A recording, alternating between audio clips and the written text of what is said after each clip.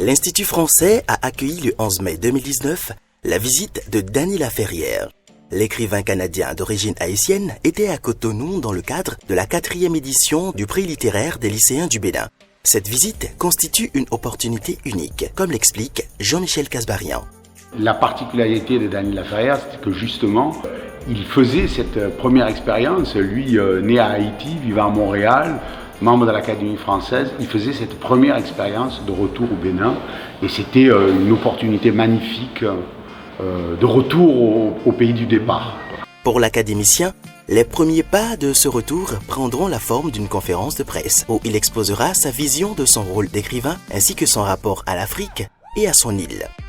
Écrire ou décrire des paysages, des gens, des attitudes de ceux qui m'entourent pour que certains Haïtiens ou Africains puissent se retrouver dans ces paysages que je décris et puissent se sentir que l'endroit où ils vivent est aussi esthétique.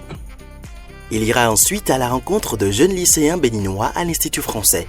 La cérémonie débutera sous le signe d'une déclamation d'un extrait de son ouvrage « Le cri des oiseaux fous ». Connais-tu l'Egba ? C'est le dieu qui se tient à la barrière du temps.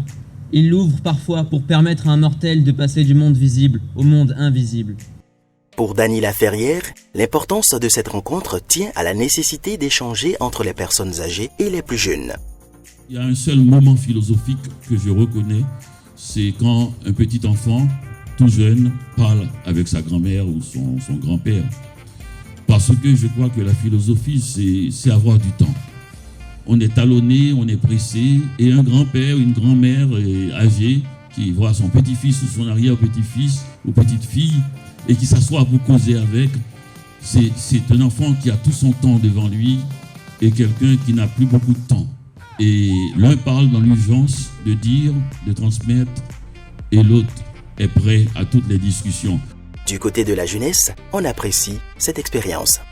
On sent que c'est vraiment quelqu'un qui a réfléchi, qui a de l'expérience sur la vie en général, sur ce que c'est la littérature. Et moi, je n'ai que 17 ans, du coup, on sent vraiment la distance de temps qu'il y a. Et il faut vraiment suivre pour pouvoir bien comprendre ce qu'il a dit. Donc, c'était assez intense quand même. De son côté, Jean-Michel Casbarian revient sur la portée de l'ouvrage « Le cri des oiseaux fous » et son écho auprès des jeunes. Le cri des oiseaux fous, c'est la préparation d'un départ. Et pour des jeunes, la préparation du départ, c'est plein de choses. Le départ de la maison. Là, c'est un départ tragique, puisqu'on quitte le pays parce qu'on est menacé. Mais c'est le départ de la maison, c'est les études, c'est la rupture avec les protections, la maman, la grand-maman, etc.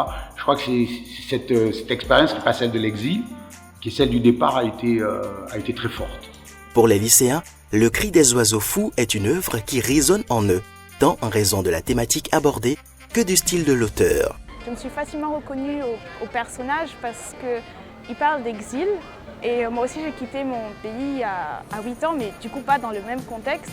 Mais moi j'ai pas vécu tout ce qu'il y a de penser à ce qu'on va laisser, de penser à l'avenir. Moi on m'a dit qu'on allait partir, donc je suis partie.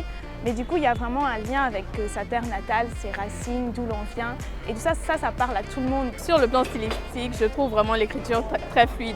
Ça donne beaucoup d'authenticité à l'œuvre. En fait, c'est plein d'émotions et l'identification est facile. Sa façon d'écrire, oui, j'ai aimé sa façon d'écrire parce que c'est comme s'il avait écrit le livre en une journée. Dany Laferrière a également profité de sa présence à Cotonou pour rencontrer la communauté haïtienne présente au Bénin. Ses compatriotes apprécient la portée de cette visite.